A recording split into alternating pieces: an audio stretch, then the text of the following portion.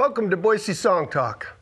I'm James Coberly Smith. Give me just a second to set this guitar down if you would, please. Thank you. Songs.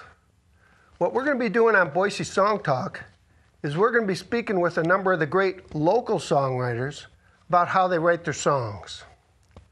Now, they're all great live performers, and I encourage you to go out and see their live shows. However, we will not be emphasizing performance here. Instead, we'll be speaking with them about how they write their songs.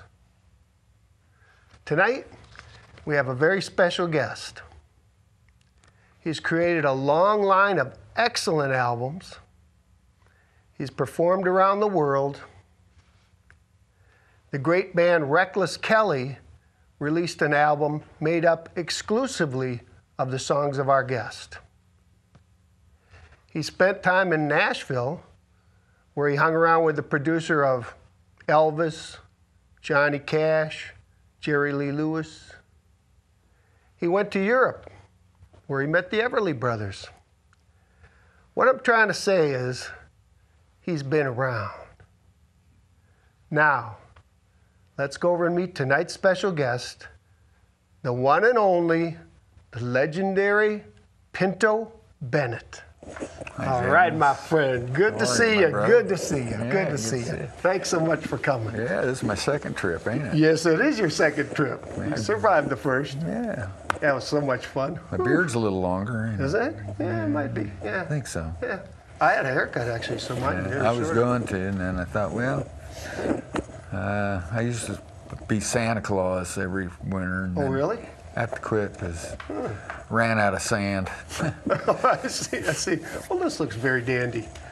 All right, my friend, I got a question for you. So, I just mentioned Europe, and I've never really asked you, when did you go over to Europe and why? Well, I didn't do that on the last show, did I? No. Okay. Oh, no, I'm going to try and steer clear of that last show stuff.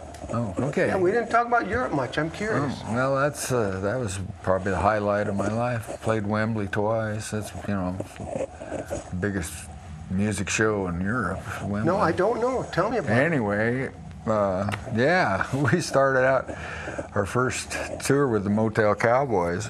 Well, let me tell you how it happened. Yeah.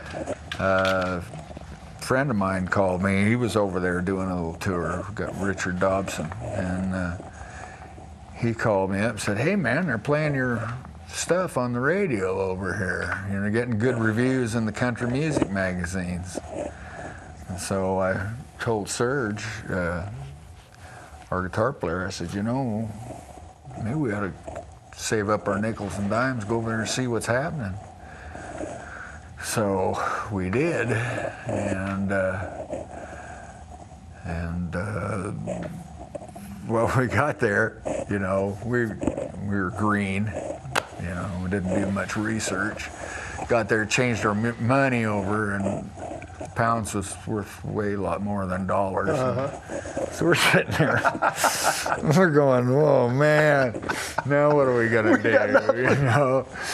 And thank God the folks that picked us up were fans, and the gal, Linda, she became our manager. And she had a friend that had a play. He was working over in Holland, and he had this house in Wimbledon. He said you can stay at his house till you get on your feet, And we get our feet, man.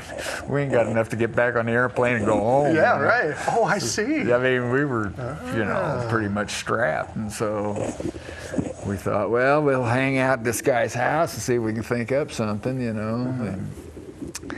And so after we drank all of his beer and spent all of our money, and we didn't know what to do. We're living off charity from our friends, that, fans that were over there. One of the guys that wrote one of the great reviews, he said, "Well, we'll figure something out. Anyhow, we're looking in the paper, and Serge goes, "Hey, the Everlys are in town." I go, "Oh, no shit." And then I go, "Wow," because we knew Hooter, the road manager. Oh, of the Everly Brothers? Yeah, Oh. so he calls up, and or we called him, and we found out they were doing like 17 days at the Albert Hall, you know. And so we got a hold of Hooter, and he said, yeah, come on over. And so we went over to the Kensington Gardens Hotel, which is, you know, he says, he's looking through the books. He says, you guys want a room? So, sure. So we just started hanging around with them guys, you know. With what? With what guys? The Everlys. Really? Everly Brothers, yeah. Oh, what the heck? Yeah, so, you know, we knew Hooter, the road manager. And so, anyway, I'd met Don in Nashville. Oh, really? Yeah. He's friends with all my friends in Nashville. And I mean, I didn't really know him, but I'd met him. But anyway, then Hooter goes, come over to the hotel. You guys can hang around with us for a while. And so we did, and we just kind of went where they went, you know. And the best part was the Albert Hall, because they were there for, like, they packed that place out every night for dang near 3 weeks, you know. Wow. And it was great. I had a ball. We'd dance up on top of the big platform up above, and oh man, it was just great. And Larry London's wife gave me a scarf from Elvis, because Larry played with Elvis. And, oh, gee, Minnie. oh yeah, I was man. We fell with our ass in the butter, man.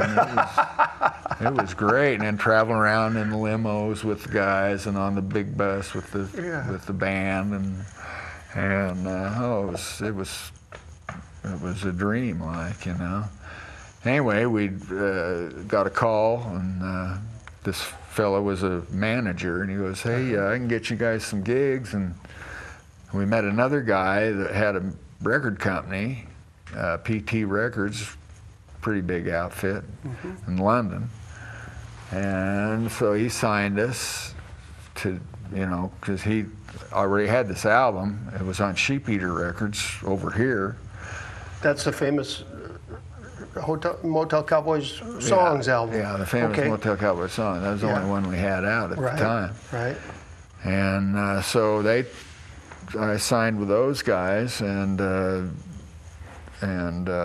which eventually led to a deal with Koch, which is a big international outfit.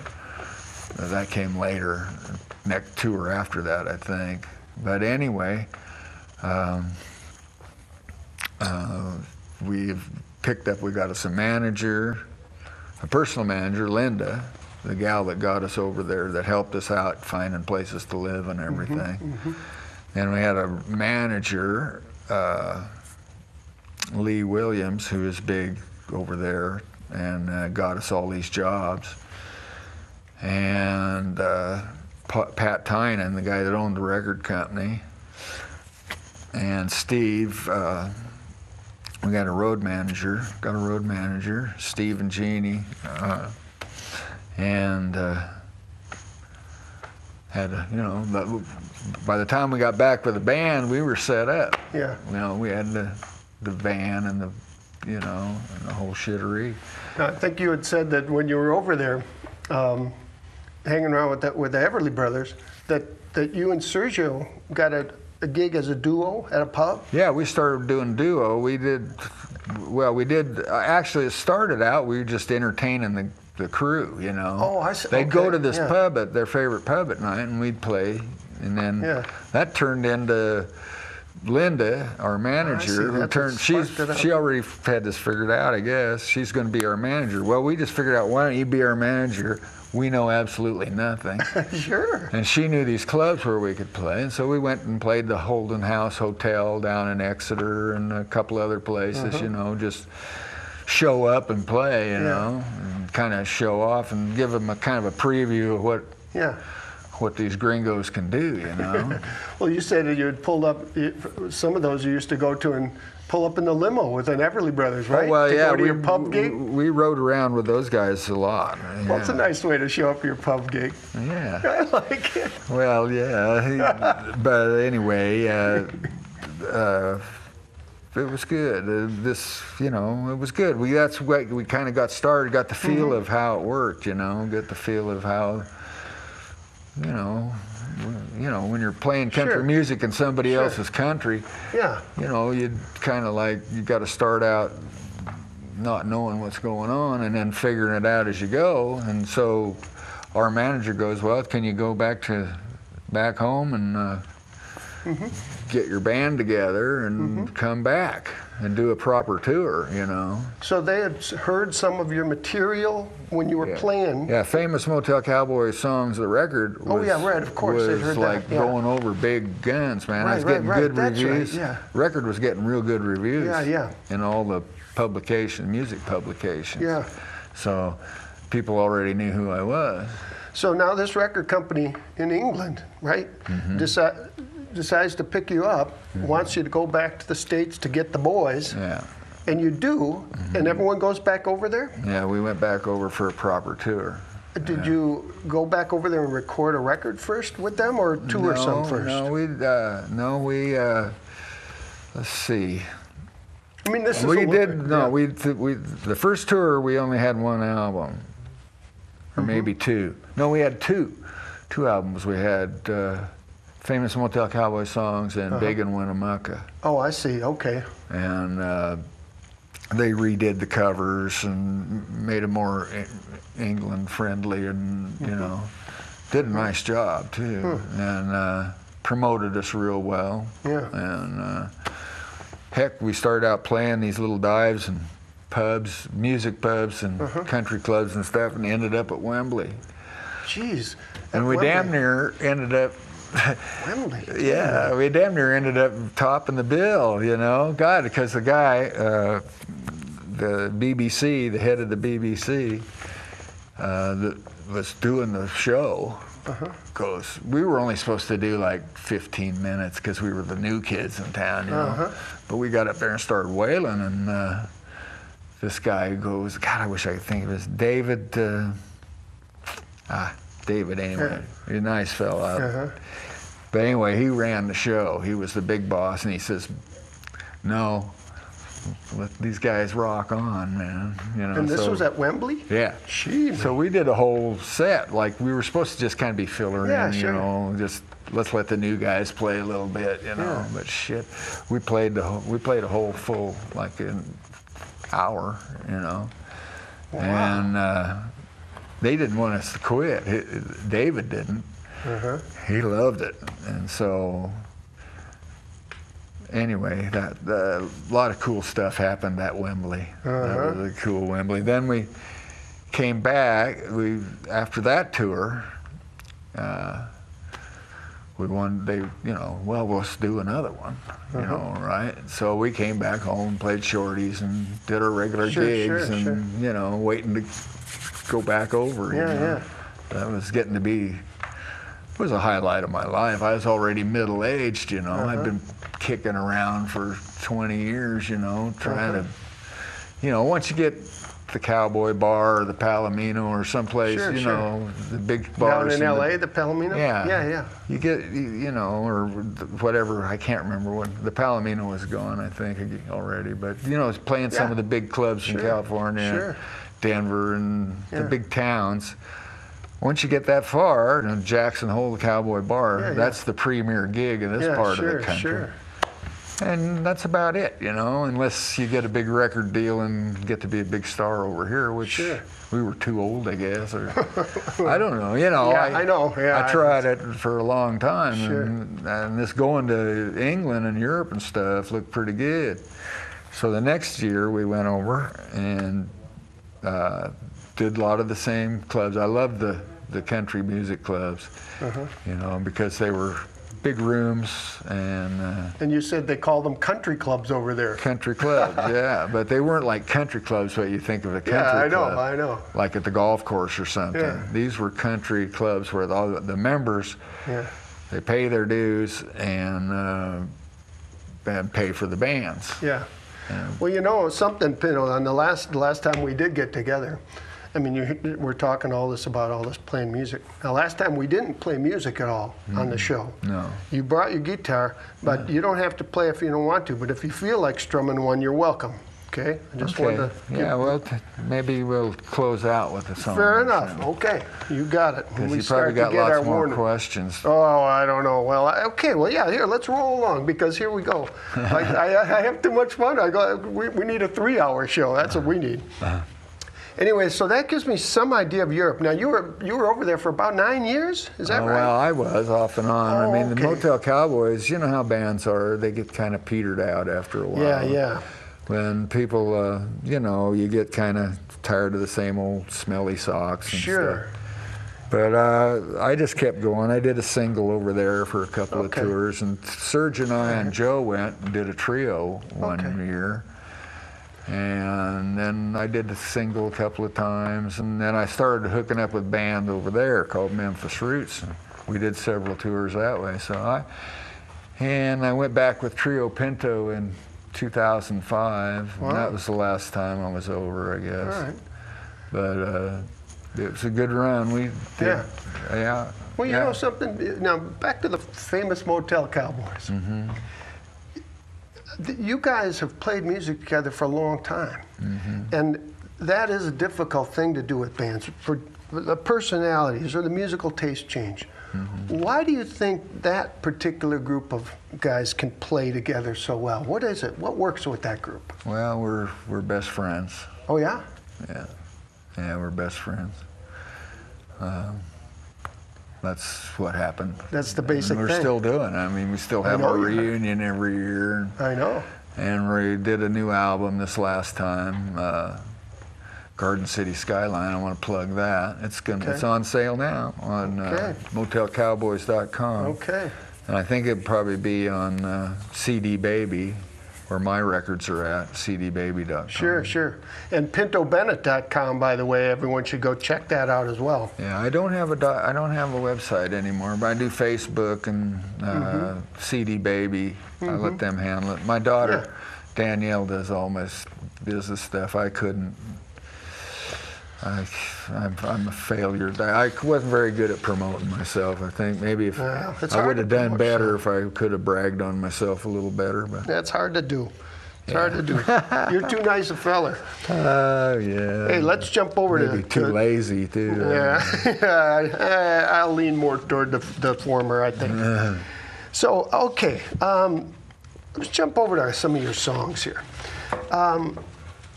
You have this song, About As Much. Actually, first let me ask you something about Thelma. You co-wrote Thelma with Baxter Black, you had told me. And Baxter and I write a lot of songs. That's what you told me that. And we did one recently. Yeah. My question is on Thelma, because you had kind of told me that you had elaborated that he sort of had the song. When you say he's kind of had the song, did he have the music and the lyrics the first time you heard it? I can't remember. Okay. You know, that song is old song. I mean, when the bus station locker has dimes, you know it's an old song. I don't even know if they have bus station lockers anymore. Right. The thing that's interesting about that song to me, well, a lot of things about it, but the melody in that song is so surprising to me. When you guys started out with dun da da dun da da da dun.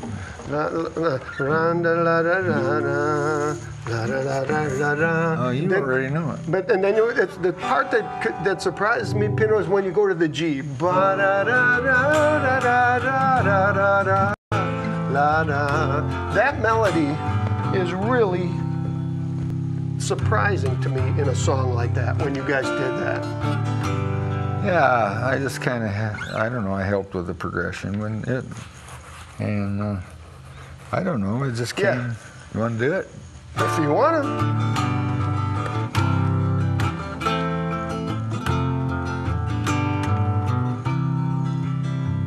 I'm down to one key in my pocket, a bus station locker downtown.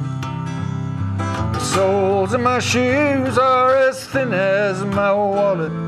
I've been sleeping close to the ground, buried up here in my memory is a head full of living room hits.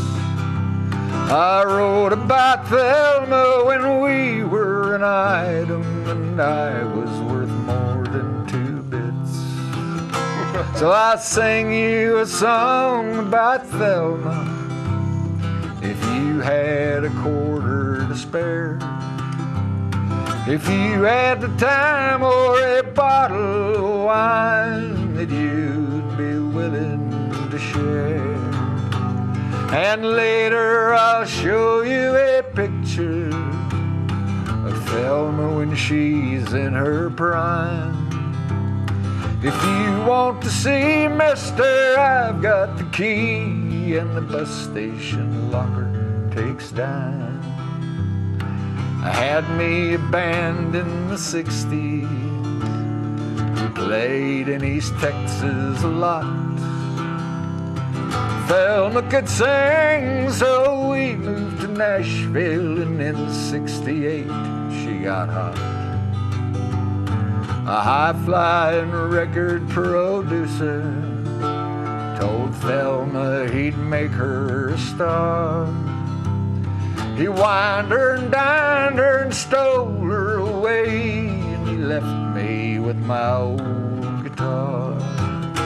So I'll sing you a song about Thelma if you had a quarter to spare. If you had the time or a bottle of wine that you'd be willing to share. And later I'll show you a picture of Thelma when she's in her prime. If you want to see Mister, I've got the key, and the bus station locker takes dime. She died last year on my birthday, the day that I turned 65. Most have forgotten, including her fans, but I'm keeping her memory alive. 'Cause I've got this key in my pocket, I've had it since back in '02. I built her a shrine in that locker downtown, and I think she'd be pleased if she knew. So I'll sing you a song about Thelma if you had a quarter to spare. If you had the time or a bottle of wine that you'd be willing to share. And later I'll show you a picture of Thelma when she's in her prime. If you want to see Mister, I've got the key, and the bus station locker takes dime. If you want to see Mister, I've got the key, and the bus station locker takes dime. Thank you, Bax. Beautiful. What a writing team you two are. Oh, yeah, man, we've done a lot. You said you wrote some recently together, you two, huh? Oh, yeah, I got a brand new one, but I can't remember it because I just did it. That's all right. I just put it on the record. It's on the record. That's all right. It's called, Baxter came by to see me, and he goes, "Hey, how about this?" He says, "She's sitting right beside me, but she's somewhere else." Oh, yeah. And I said, "Oh, bingo, man." So I started monkeying with it, and sometimes he'll come up with the idea and I'll do the song, or I'll come up with the idea and he'll do it, and then we'll get together and make it all work. See, you know? so like this one, Thelma, I've been doing since she died last year on my birthday, the year that I turned 35. Then it was 45. Then it was 55. Then it was 60. Now it's 65. Yeah, yeah. So I mean, the older you get, I've been doing that song for 40 years. You know? Yeah. So. So, interesting thing you just mentioned about Baxter. So he came to you with this quick line. I'm going to mention something about another one of your great songs that I just love about as much. I checked it. I was looking in your album thing, and it said Tell me, you were in a bar or something. You heard somebody say something. Tell me what happened. Well, this happened. Yeah, tell me this. I had my friend Tom. We were over to my house, hanging around, bullshitting. I can't remember why, but anyway, he was going with this other friend of mine. They just started kind of hanging out together. And I said, well, how are you and Kathleen getting along? And he goes, well, I reckon she likes me about as much now as she ever will. And I went, So you heard that line, about as much as she ever will. Now, you grabbed a pen, all right? In your album it says you grabbed a pen and worked on the song. Did that song come quickly? Pretty much. Because that song is so strong. That song is a riot. I can't. If you like to sing that thing for me, I love this song. Her daughter dropped by to show off her new guy. Oh yeah. He deals in horses and cars. Oh ma, ain't he cool? He looks great shooting pool. And he takes me to all of the bars. She said, darling, that's nice, but here's some advice if you even remember your pa. Chances were slim, but I swear next to him, this guy's the biggest jerk I ever saw. So if you got a few bucks, load him up in your truck, go dancing till you get your fill. 'Cause I got a feeling you like him right now about as much as you ever will. Let's see, where am I? So you usually have all these solos. That's when you just pick it up. Yeah, usually there's a lick. Yeah, I know. The band picks up on the lead. Well, you just pick her back up and take us into that second verse then about the... Let's see. Her mom took her aside, she herself no blushing bride, and said, hon, you don't know what you're doing. Oh, ma, don't be square. Besides, I don't care, and tomorrow we're going canoeing. Oh, ma, ain't he cute? He looks... Oh, ma, ain't he cute? In tight pants, he's a beaut. He'll put me on his Blue Cross. And if I say I do, he'll put you on there too. Hell, ma, nobody's taking a loss. Honey, you're talking nonsense. This boy's got no conscience. He's setting you up for a fall. He ain't worth the bother. He's just like your father. You'll be finding out after the ball. So if he's a real hit, please slicker his outfit and make sure you've taken your pill.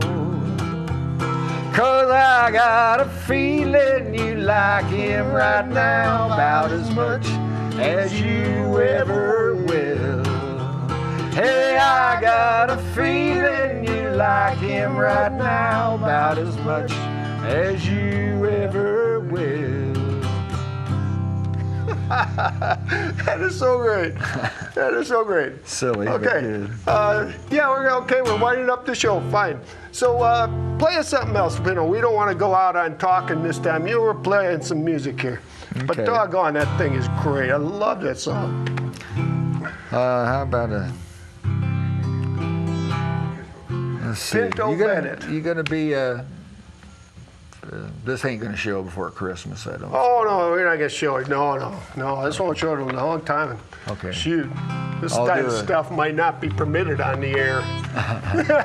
Oh yeah. I'll do one for my ancestors. There you go. That sounds great. Back in the old. This is one of your songs now? Yeah. Good. It's about back in the old tea clipper days. Sailor songs, sea shanty. Oh yeah. Jim sizes me up and says you'll make a hand. If there's one in you to be made, I'll reckon you're fit when we get to the land where the tea and the opium trade. We caught up the Wilo at Greenhithe, put us and the pilot aboard. By the time he's dispatched, the plan that was hatched, we placed in the hands of the Lord. A fair run through the trades and the easting on down, my passion sufficiently stirred. God help me, I thought, but likely as not, ever go home, China bird.